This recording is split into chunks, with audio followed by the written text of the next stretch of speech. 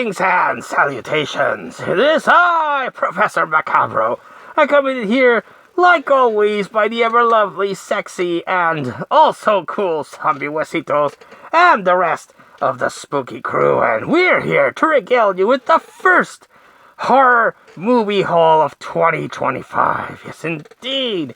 I do so love adding horror movies to the ever-expanding collection.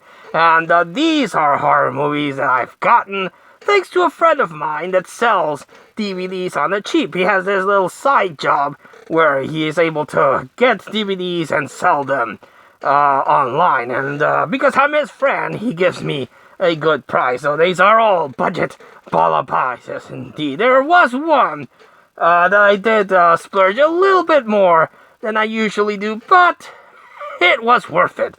But we'll get to that in part 2. In this occasion, I wanted to share this batch of movies, starting off with this one that I picked up and saw, along with some other ones that I'll talk about in a future review. But this one is called Werewolves of the Third Reich. Yes, indeed, those angry Germans with the questionable flag got into werewolves, you see. So, yes, indeed. You've seen, of course, Nazi zombies. There's a whole subgenre of Nazi zombies out there that you either saw through Call of Duty, Black Ops, which inspired a lot of other movies, but Nazi zombies were a thing before even Call of Duty. Yes, indeed. And now they got werewolves, as you do. So, when I got this batch, this is one of 3 movies. One of 2 movies one of 3 movies, I'm sorry, that I saw as soon as I could.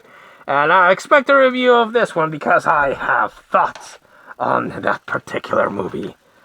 Then I got season 7 of Rick and Morty. As of now, the latest season of Rick and Morty. Yes, indeed.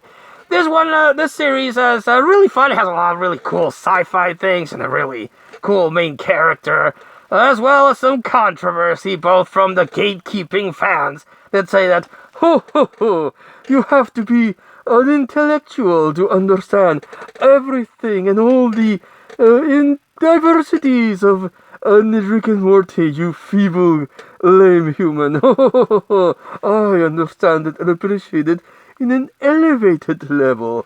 It's a cartoon. Come on, it's not. It's a good cartoon. I like it. It's got a nice amount of violence, of gore, some really fucked up moments. But enough with the gatekeeping in fandom. Can't we all just enjoy something that is good and have good conversations between each other? Don't gatekeep on this. We want more people to become a fan of the stuff that we love, so that they will keep making said stuff that we love. If people don't want to get into something because of some snobby assholes that gatekeep everything, we're not going to get new fans, we're not going to get new sales, we're not going to get the stuff that we want. So yes, again, a lot of controversy with this series, but I dig it, I like it, and again, has some really fucked up moments that I'm a big fan of that one. Next we have Screamers, The Hunting. Now this is a sequel, I think, of another movie called Screamers. But this is an adaptation, a sequel. I don't have to see it. I was curious because of the title. But I couldn't tell you much about it because I haven't seen it. But looking forward to watching this one. Next up we have this one, which looks trippy, but I don't really know if it's a horror movie. It says, The Ultimate Head Trip, Psych Out. Yes, indeed, with Jack Nicholson. I don't know what it is. It's one of those druggy, trippy movies from the 60s. I won't know, but I like the cover. It looked really interesting, and I was really curious to see that one. Next one is one that I remember being much maligned, because it's considered not a really good horror movie. And it's called The Bye-Bye Man. And this one, well, it was very honest to its name. It went into theaters and then went bye-bye. And I remember people talking about it, saying it wasn't that good. But it's about this thing that once it gets into your head, it possesses you and everything. But unfortunately, it's just a jump scare galore. But it had the slipcover. Here's some physical media porn for you. Quack, quack, quack, quack. Yes, indeed. I didn't have this one. And I like adding horror movies to the collection. But I do remember this being much hated because it wasn't that good. This is a blind buy. I don't know anything about this one, but the tagline is "The hunted has become the hunter." No, it's not Predator.